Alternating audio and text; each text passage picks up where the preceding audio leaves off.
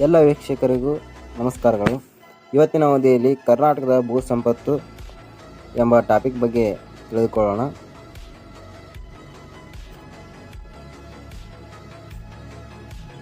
ಈ ಅಧ್ಯಾಯದಲ್ಲಿ ಕೆಳಗಿನ ಈ ಅಂಶಗಳನ್ನು ತಿಳಿಯುತ್ತೇವೆ. ಮೊದಲನೇದಾಗಿ ಕರ್ನಾಟಕದ ಭೂ ಬಳಕೆಯ ವಿಧಗಳು, ಎರಡನೇದಾಗಿ ವ್ಯವಸಾಯದ ಪ್ರಾಮುಖ್ಯತೆ ಮತ್ತು ವಿಧಗಳು, ಕರ್ನಾಟಕದ ಪ್ರಮುಖ ಬೆಳೆಗಳ ಹಂಚಿಕೆ ಮತ್ತು ಉತ್ಪಾದನೆ, ಇವುಗಳ ಬಗ್ಗೆ ಸವಿಸ್ತಾರವಾಗಿ ತಿಳಿದುಕೊಳ್ಳೋಣ. ಕರ್ನಾಟಕ ರಾಜ್ಯವು ಭೌಗೋಳಿಕವಾಗಿ ಉತ್ತಮ ಸ್ಥಾನದಲ್ಲಿದೆ. ಅದು ವೈವಿಧ್ಯ ಭೂಸ್ವರೂಪಗಳು, ಮಣ್ಣು, ವನಸ್ಪತಿ, ಖನಿಜಗಳು, ನದಿ ಮತ್ತು ಅಂತರ್ಜಲ ಸಂಪತ್ತು ಇತ್ಯಾದಿಗಳನ್ನು ಒಳಗೊಂಡಿದೆ. ಇಂಥ ಅಮೂಲ್ಯವಾದ ನೈಸರ್ಗಿಕ ಸಂಪನ್ಮೂಲಗಳಲ್ಲಿ ಭೂಮಿ ಅಮೂಲ್ಯವಾದುದು. ಅದರ ಸದುಪಯೋಗ ರಾಜ್ಯದ ಪ್ರಗತಿಗೆ ಸೂಚಕವಾಗಿರುತ್ತದೆ. ನಮ್ಮ ಪ್ರಕೃತಿ ಬಹಳಷ್ಟು ಸುಂದರವಾಗಿ ವೈವಿಧ್ಯಮಯದಿಂದ ಕೂಡಿದೆ. ಭೂ ಬಳಕೆ, ಭೂಮಿಯನ್ನು ಯಾವ ರೀತಿಯಲ್ಲಿ ಬಳಕೆಯನ್ನು ಮಾಡಿಕೊಂಡಿದ್ದೇವೆ ಎಂಬುದರ ಬಗ್ಗೆ ತಿಳಿಯೋಣ. ಭೂಮಿಯನ್ನು ಅಂದರೆ ನೆಲ ವಿವಿಧ ಉದ್ದೇಶಗಳಿಗೆ ಬಳಸುವುದನ್ನು ಭೂ ಬಳಕೆ ಎನ್ನುವರು. ನಾವು ಭೂಮಿಯನ್ನು ಕೆಲವೊಂದು ವಿವಿಧ ಉದ್ದೇಶಗಳು ಇಟ್ಟುಕೊಂಡು ಬಳಸುವುದನ್ನೇ ಭೂ ಬಳಕೆ ಎನ್ನುತ್ತೇವೆ. ಇದರಲ್ಲಿ ಸಾಗುವಳಿ ಭೂಮಿ, ಅರಣ್ಯ ಪ್ರದೇಶ, ಬೀಳು ಭೂಮಿ, ಕೃಷಿಯೇತರ ವಸತಿ, ರಸ್ತೆ, ರೈಲು ಮಾರ್ಗ, ಅಣೆಕಟ್ಟು, ಕಾಲುವೆ ಮುಂತಾದವುಗಳು ನಿರ್ಮಾಣ ಮೊದಲಾದವು ಸೇರುವಿವೆ. ಭೂಮಿಯ ಸಮರ್ಪಕ ಮತ್ತು ಸೂಕ್ತ ಬಳಕೆ ಆರ್ಥಿಕಾಭಿವೃದ್ಧಿಯ ತಳಹದಿಯ ಇದ್ದಂತೆ. ನಾವು ಭೂಮಿ ಒಂದೇ ಥರನಾಗಿ ಬರೀ ಕಟ್ಟಡಗಳಿಗೆ ಬಳಸುವುದಿಲ್ಲ, ಅದೇ ರೀತಿ ಬರೀ ಕೃಷಿಯನ್ನು ಮಾಡಲು ಬಳಸುವುದಿಲ್ಲ. ಎಲ್ಲ ರೀತಿಯಲ್ಲಿ ಒಂದು ಸಾಗುವ ಭೂಮಿ ಅಂತ ಬಳಸ್ತೇವೆ ಬೆಳೆಗಳನ್ನು ಬೆಳೀಲಿಕ್ಕೆ. ಅದೇ ರೀತಿ ಅರಣ್ಯ ಪ್ರದೇಶ ಇರ್ತದೆ, ಬೀಳು ಭೂಮಿ ಅಂತ ಇರ್ತದೆ, ಕೃಷಿಯೇತರ ವಸತಿ ಅಂತ ಇರ್ತದೆ, ರಸ್ತೆ, ರೈಲು ಮಾರ್ಗ, ಇವಕ್ಕೆಲ್ಲ ಹಲವು ರೀತಿಯಲ್ಲಿ ಭೂ ಬಳಕೆಯನ್ನು ನಾವು ಬಳಕೆಯನ್ನು ಮಾಡೋದನ್ನು ನೋಡಿದ್ದೇವೆ.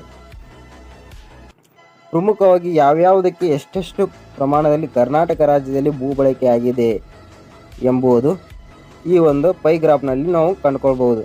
ಕರ್ನಾಟಕ ರಾಜ್ಯವು ಒಟ್ಟು 19.05 ಲಕ್ಷ ಹೆಕ್ಟೇರ್ ಭೌಗೋಳಿಕ ಪ್ರದೇಶವನ್ನು ಹೊಂದಿದೆ. ಇಡೀ ಒಂದು ನಮ್ಮ ಕರ್ನಾಟಕ ಏನು ಭೌಗೋಳಿಕ ಪ್ರದೇಶ 19.05 ಲಕ್ಷ ಹೆಕ್ಟೇರ್ಗಳಷ್ಟು ಒಳಗೊಂಡಿದೆ. ಅದರ ಬಳಕೆಯನ್ನು ಈ ಕೆಳಗಿನ ಪೈ ನಕ್ಷೆಯಲ್ಲಿ ನೋಡಬಹುದು.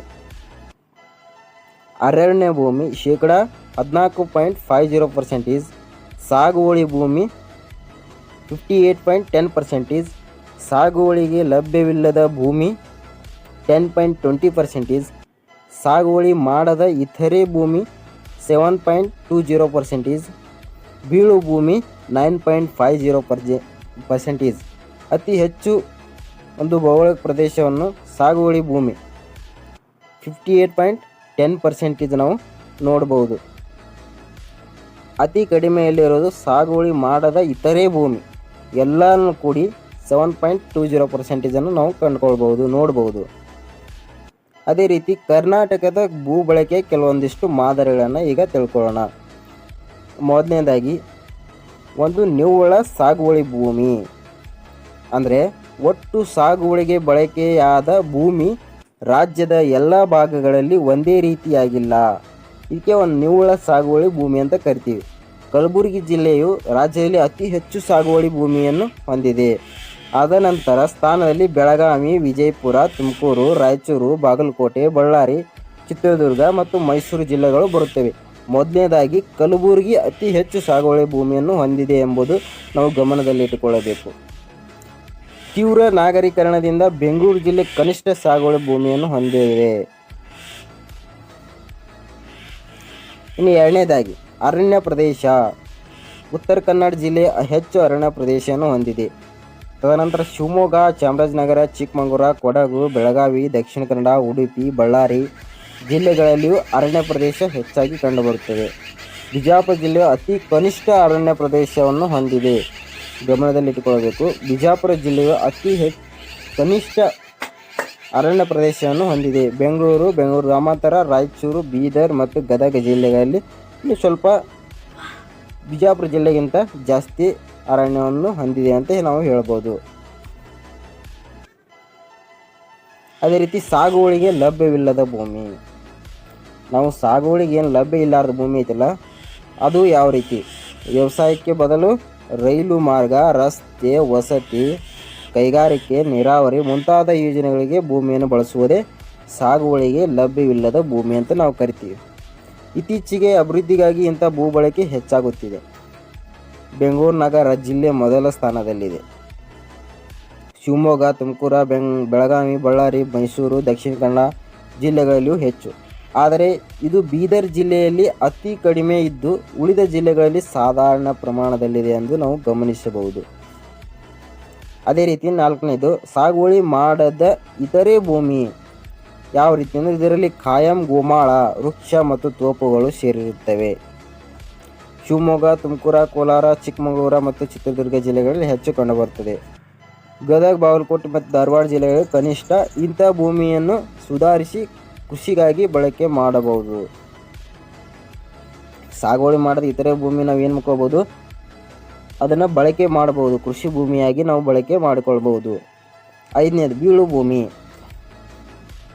2 ಅಥವಾ 3 ವರ್ಷಗಳಿಗಿಂತ ಹೆಚ್ಚು ಅವಧಿಯವರೆಗೆ ನಿರಂತರವಾಗಿ ಸಾಗುವಳಿ ಆಗದ ಭೂಮಿಯನ್ನು ಬೀಳು ಭೂಮಿ ಅಂತೀವಿ.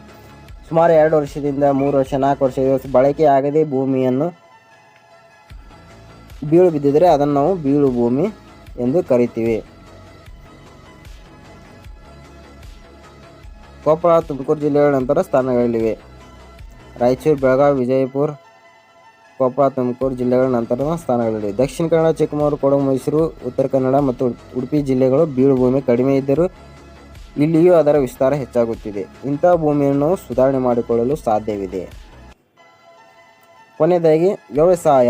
ಭೂಮಿಯನ್ನು ಉಳುಮೆ ಮಾಡಿ ಬೆಳೆ ಬೆಳೆಯುವುದನ್ನೇ ವ್ಯವಸಾಯ ಎನ್ನುವರು. ಅಲ್ಲದೆ ಪಶುಪಾಲನೆ, ಕೋಳಿ ಸಾಕಾಣಿಕೆ, ಜೇನು ಸಾಕಾಣಿಕೆ, ಮೀನುಗಾರಿಕೆ ಹಾಗೂ ರೇಷ್ಮೆ ಕೃಷಿ ವ್ಯವಸಾಯಕ್ಕಾಗಿ ಸೇರಿದೆ.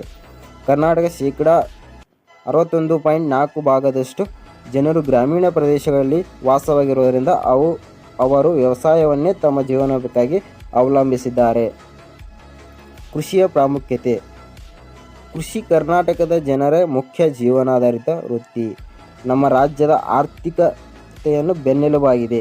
ಕೃಷಿನೇ ನಮ್ಮ ದೇಶದ ಬೆನ್ನ ಎಲುಬಾಗಿದೆ ಅಂತ ಹೇಳ್ಬೋದು. ಬ್ಯಾಕ್ಬೋನ್ ಆಫ್ ದಿ ಕಂಟ್ರಿ ಅಂತ ಹೇಳ್ಬೋದು. ಆರ್ಥಿಕ ಅಭಿವೃದ್ಧಿಯು ವ್ಯವಸಾಯವನ್ನಾಧರಿಸಿದೆ. ಜೀವನ ನಡೆಸಲು ಉದ್ಯೋಗವನ್ನು ನೀಡಿದೆ. ಇನ್ನು ಕೃಷಿಯ ಪ್ರಾಮುಖ್ಯತೆ ನೋಡೋದಾದರೆ ಜನರಿಗೆ ಆಹಾರ, ಕೈಗಾರಿಕೆಗಳಿಗೆ ಕಚ್ಚಾ ವಸ್ತುಗಳು ಒದಗಿಸುತ್ತದೆ. ರಾಜ್ಯದ ಆದಾಯ ಮೂಲವಾಗಿದೆ. ಇನ್ನೂ ಹಲವಾರು ರೀತಿ ನಮ್ಮ ಕೃಷಿ ಉತ್ತಮವಾಗಿ ಅಥವಾ ಪ್ರಾಮುಖ್ಯತೆಯನ್ನು ಹೊಂದಿದೆ ಅಂತ ಹೇಳ್ಬೋದು. ಇಲ್ಲಿವರೆಗೆ ಇಷ್ಟು ಒಂದು ಕಾನ್ಸೆಪ್ಟನ್ನ ಸಾಕು ಮಾಡೋಣ. ನಂತರ ಮುಂದಿನ ಒಂದು ವಿಡಿಯೋದಲ್ಲಿ ಇದರ ಮುಂದಿನ ಭಾಗವನ್ನು ತಿಳಿದುಕೊಳ್ಳೋಣ. ನಮ್ಮ ವಿಡಿಯೋ ಏನಾದರೂ ನಿಮಗೆ ಇಷ್ಟ ಆಗಿದ್ದರೆ ಒಂದು ಲೈಕ್ ಮಾಡಿ, ಶೇರ್ ಮಾಡಿ, ಹಾಗೆಯೇ ಸಬ್ಸ್ಕ್ರೈಬ್ ಮಾಡಿ. ಧನ್ಯವಾದಗಳು.